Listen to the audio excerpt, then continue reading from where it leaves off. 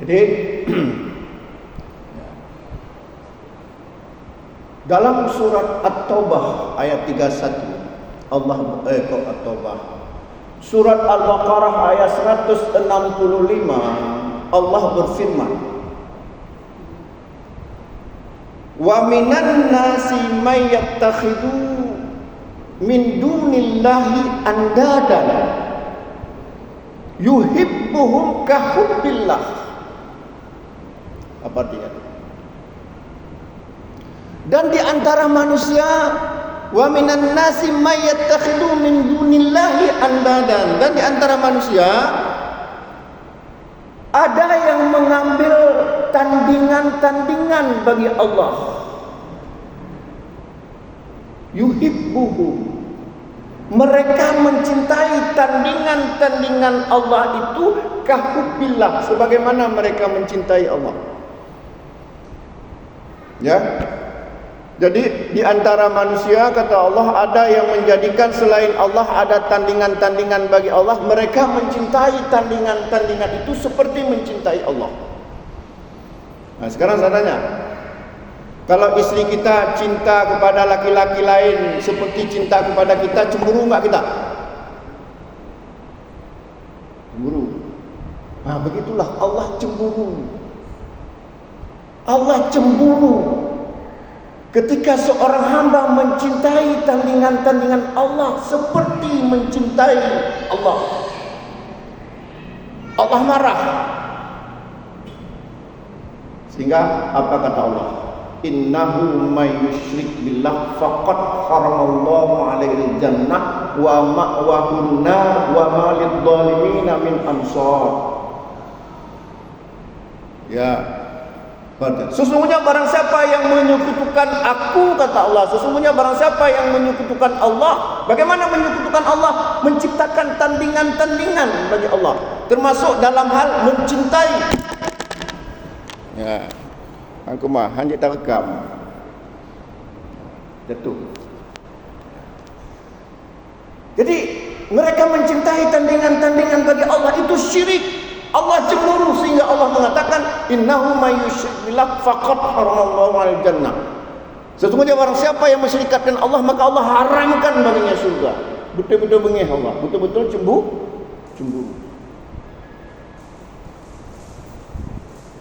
Jadi salah satu bentuk kita, ya, salah satu dosa kita yang membuat Allah cemburu apa tadi? Kita mencintai makhluk seperti mencintai Allah. Contohnya apa? Sekarang saya tanya, jika ada yang mengatakan begini, ya, cinta Allah kepada kita. Nah, ini kata seorang suami kepada istrinya. Cinta Allah kepada kita sama seperti cinta abang kepada adik. Syirik enggak? Syirik enggak? Syirik enggak kira-kira ucapan seperti itu? Atau bilang begini, kasih sayang Allah itu seperti kasih sayang seorang istri kepada suaminya. Syirik enggak? Syirik. Di mana letak syiriknya? Menyamakan cinta makhluk dengan cinta Allah. Itu syirik dalam tauhid asma wa sifat. Padahal Allah mengatakan laisa kamitslihi syai'un, tidak ada sesuatu pun yang serupa dengan Allah. Maka orang yang berkeyakinan seperti itu, dia telah berbuat syirik, telah membuat Allah cemburu sehingga tempatnya di neraka. Innahu may yusyrik billah faqad haramallahu alaihi jannah. Sesungguhnya barang siapa yang menyekutukan Allah, maka Allah haramkan baginya surga. Wa ma'wahun nar, tempatnya di neraka. Nah, sekarang saya tanya lagi. Misalnya ada seorang ulama,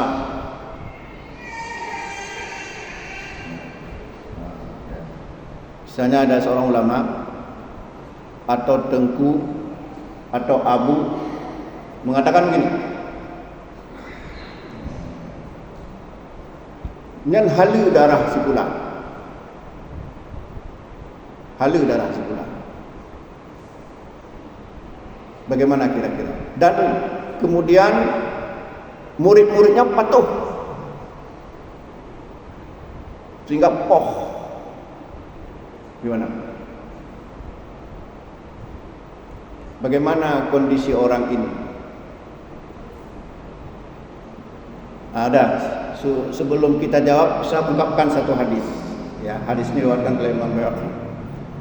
Jadi hadis ini dari Ali bin Hatim radhiyallahu anhu. Dia sudah masuk Islam. Dulunya dia Kristen, dia Nasrani. Ali bin Hatim ini dulunya Nasrani. Kemudian tamong Islam. Tapi anehnya dia masih pakai salib. Pakai kalung salib dari emas. Jadi kata Ali bin Hatim, ataitu Nabi sallallahu alaihi wasallam, aku menjumpai Nabi sallallahu alaihi wasallam, wa fi unuqi salibun min dhahabin, dan di leherku tergantung salib dari emas. Fasami'tuhu yaqulu, kemudian aku mendengar Rasulullah bersabda, membawakan ayat At-Taubah ayat 31. Bagaimana bunyinya? Ittakhadu ahbarahum wa rubbahnahum arbaban min dunillah. Mereka menjadikan rahib-rahib mereka, pendeta-pendeta mereka sebagai Tuhan selain Allah. Mendengar ini, Adi bin Hatim protes. Ya Rasulullah, innahum lam yakunu ya'budunahum. Mereka itu tidak menjadikan pendeta-pendeta dan rahib-rahib mereka sebagai Tuhan, ya Rasulullah. Faqal, apa kata Rasulullah? Walakin yuhilluna ma haramallah fayastahillunahu wa yuharrimuna ma halallah fayuharrimunahu fatilka ibadatuhum lahu. Apa jawaban Nabi? Apa artinya? Kata Nabi, apakah pendeta-pendeta rahib-rahib dulu itu pernah menghalalkan sesuatu yang diharamkan oleh Allah dan mengharamkan sesuatu yang dihalalkan oleh Allah, kemudian mereka patuh? Kalau itu ada, ya Rasulullah, tilka ibadatuhum lau, itulah bentuk peribadatan mereka kepada rahib-rahib, itulah bentuk menuhankan pendeta. Jadi sekarang kalau ada orangnya, ada seorang ulama atau tempat atau apa saja yang mengharamkan apa yang dihalalkan oleh Allah, atau menghalalkan apa yang diharamkan oleh Allah, lantas pengikutnya patuh, itu bentuk penyembahan. Allah marah, cemburu, dan itu hukumnya syirik.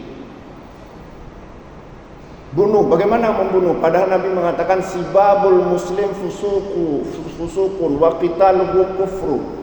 Mencaci maki orang sesama muslim itu hukumnya fasik, membunuhnya kufur. Pakai mudah sekali kita bilang halu darah. Ya. Ini kan hati-hati.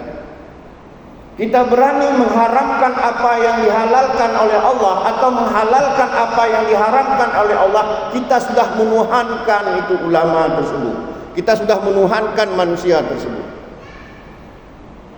Ingat. Ini kadang-kadang kan sering seperti itu. Ya. Pokoknya apa kata tengku, apa kata ustaz, apa kata kiai, patuh 100% mutlak. Sekarang saya tanya, saya sebutkan satu ayat. Ya, coba kita pahami, hayati ayat ini. Ayat ini terdapat dalam surat Al-Ahzab 66, 67, 68. Ya, bagaimana bunyinya? Yauma tuqallabu wujuhum finnar yaquluna ya laitana ata'na Allah wa ata'na Rasulah. Qalu Rabbana inna ata'na sadatana wa kubara'ana fa'adaluna sabila. Rabbana atihim dhi'faini minal adab wal anhum la'nan kabira. Apa arti ayat ini? Ya. Yauma tuqallabu wujuhum finnar. Pada hari ketika muka mereka dibolak-balik dalam api neraka. Yaquluna, mereka mengatakan, ya laitana ata'na Allah wa ata'na Rasulah. Ya Allah, alangkah beruntungnya jika di dunia dulu hanya mentaati Allah dan Rasulnya. Mentaati Allah apa? Dan Rasulnya apa maksudnya? Mentaati Al-Quran dan hadis Nabi. Qalu, kemudian mereka mengatakan lagi ayat selanjutnya, Rabbana, wahai Tuhan kami, inna ata'na sadatana wa kubara'ana fa'adalluna sabila. Ya Allah, di dunia dulu kami telah mentaati pemimpin-pemimpin dan pembesar-pembesar kami, tapi mereka menyesatkan kami dari jalan-Mu, ya Allah. Ya. Terus ayat berikutnya, Rabbana atihim dhi'faini minal adab wal anhum la'nan kabira. Ya Allah, timpakanlah kepada mereka. Siapa mereka tadi? Tahu belum? Siapa tadi? Itu ustaz-ustaz, guru-guru kiai yang menyesatkan tadi itu, yang guru yang menyesatkan muridnya. Rabbana atihim dhi'faini minal adab. Ya Allah, timpakanlah kepada mereka adab 2 kali lipat dibandingkan kami, wal anhum la'nan kabira, dan laknatlah mereka dengan laknat yang besar. Apa kira-kira maksud gambaran ayat ini? Ada orang masuk neraka gara-gara apa? Disesatkan oleh gurunya. Pembesar-pembesar pemimpin dalam masalah agama siapa? Ulama, kiai.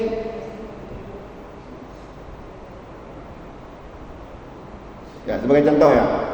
Sebagai contoh, saya pernah berhari raya. Ini maaf ya, saya nggak sebutkan orangnya. Saya pernah berhari raya di sebuah pesantren. Kemudian ada orang bertanya kepada orang nomor 1 di pesantren itu. Saya nggak bilang pesantren apa. Pertanyaannya begini, wahai Abu, lun temu kuburan. Menurut prasangka lun yang kuburan keramat, katanya. Saya terjemahkan ya.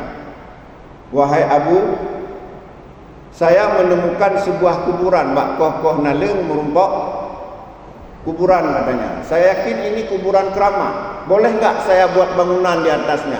Apa jawaban Abu? Kalau kamu nyodron anggapnya memang urun lebih, aku buat bangunan di atas untuk menunjukkan dia apa? Lebih dari orang lain. Disuruh buat. Padahal Nabi, sebagaimana kata Jabir bin Abdullah, hadis diriwayatkan oleh Imam Muslim dan lainnya, kata Jabir bin Abdullah, naha Rasulullah sallallahu alaihi wasallam ayujassasa 'alal qabri wa ayyu'ada 'alaihi wa ayyubna 'alaihi. Sesungguhnya Nabi melarang mengecat kuburan, Nabi melarang duduk di atas kuburan, dan Nabi melarang membangun apapun di kuburan. Nabi melarang membangun apapun di kuburan. Makanya kalau kita lihat kuburan Baqi di Saudi, ada enggak bangunan di atasnya? Enggak ada, padahal itu kuburan sahabat Nabi. Tapi Abu tadi membolehkan, dan orang patuh. Coba, jelas-jelas Nabi melarang, dia berani membolehkan. Nah ini, hati-hati. Inilah yang membuat Allah cemburu, sudah mengangkat manusia sebagai tandingan-tandingan bagi Allah. Ya. Dalam masalah tandingan-tandingan ini, Ibnu Mas'ud pernah bertanya kepada Nabi, ya Rasulullah, ayyudamul a'dam, wahai Rasulullah, dosa apa yang paling besar? Faqal, Nabi menjawab, anta ja'alu lillahi niddan wa huwa khalaqaka. Dosa yang paling besar adalah engkau menjadikan ada tandingan-tandingan bagi Allah, padahal Allah yang menciptakan kamu. Ya, jadi cemburunya Allah terutama kita menyekutukannya. Coba bayangkan ya, coba perhatikan hadis ini. Hadis diriwayatkan oleh Imam At-Tirmidzi. Ya.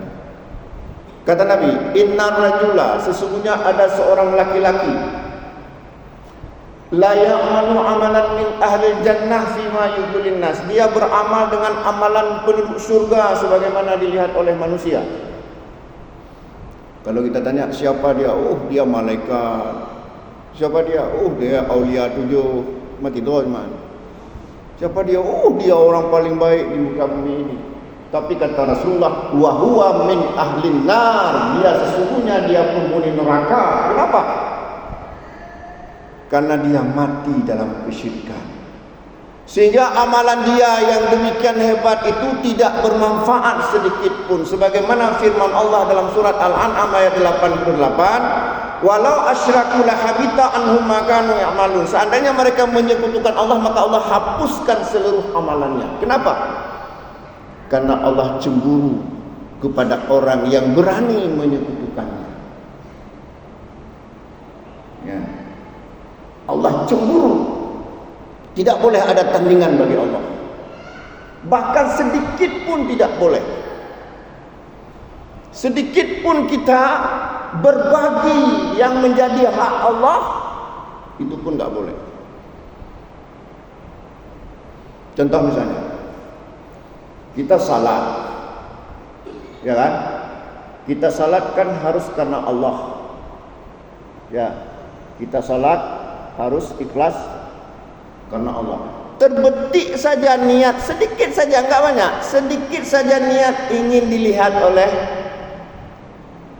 kebetulan ada mertua saya di belakang, ingin dilihat, kasih cantik sikitlah suara saya biar terdengar oleh mertua saya senang. Itu apa hukumnya?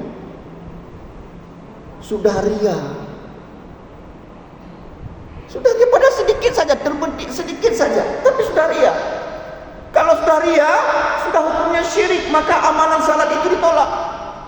Inilah yang sangat ditakuti oleh Nabi, cemburunya Allah seperti ini yang sangat halus. Sehingga Nabi mengatakan apa? Syirik itu, syirik yang paling halus itu, kata Nabi, kadabi bil namli, seperti jejak semut ala safatil saudaa, di atas batu hitam fi dhulumatil laili, di malam hitam, nampak tak? Gak ada. Inilah yang ditakuti oleh Nabi. Sehingga Nabi mengatakan, inna akhwafa ma akhafu alaikum asyirkul asghar. Yang paling aku takutkan pada kalian adalah syirik kecil. Qalu, para sahabat bertanya, ya Rasulullah, wa ma syirkul asghar? Wahai Rasulullah, apa itu syirik kecil? Qala, Nabi mengatakan, Ria memperlihatkan ibadah kepada makhluk, pada manusia, atau sum'ah, memperdengarkan. Sebagai contoh,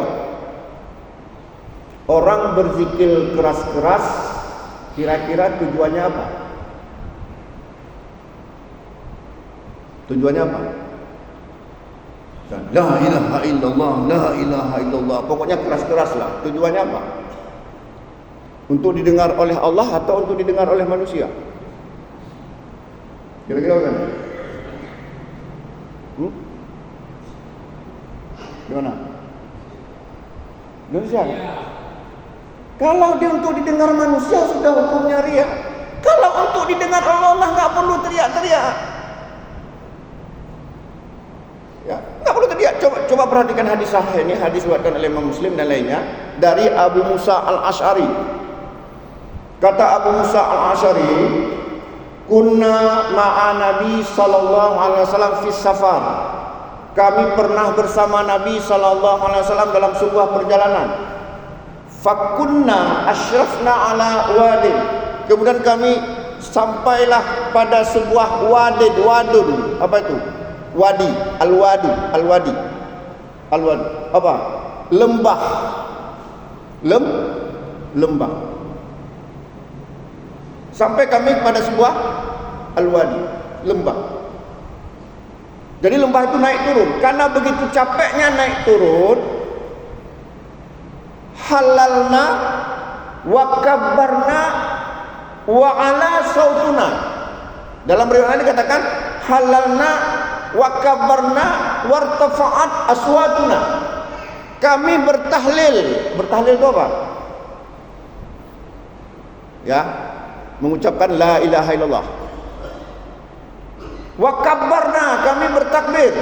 Bertakbir mengucapkan Allahu Akbar. Wa ala sautuna, kami mengeraskan suara kami. La ilaha illallah. Allahu Akbar. Faqal, Nabi marah. Nabi menegur. Ya ayuhan nas, wahai manusia, irba'u ala anfusikum, rendahkan suara kalian. Fa innakum la tad'una as-samma wala ghaiba. Sesungguhnya kamu menyeru bukan zat yang peka. Masya Allah. Innakum la tad'una as-samma wala ghaiba. Sesungguhnya kamu menyeru bukan zat yang peka, bukan zat yang tiada. Innahu ma'akum. Sesungguhnya Allah bersama kalian. Innahu sami'un qarib. Sesungguhnya dia Allah itu maha mendengar lagi maha dekat. Jadi kalau Allah maha mendengar lagi maha dekat, untuk apa kita teriak-teriak? Dalam surat Qaf ayat 16 Allah berfirman, nahnu, kata Allah, aku, kami, aku. Nahnu bermakna kami, nahnu bermakna aku.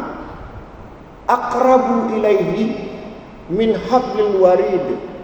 Aku lebih dekat dari dia, dari manusia, dari hambaku.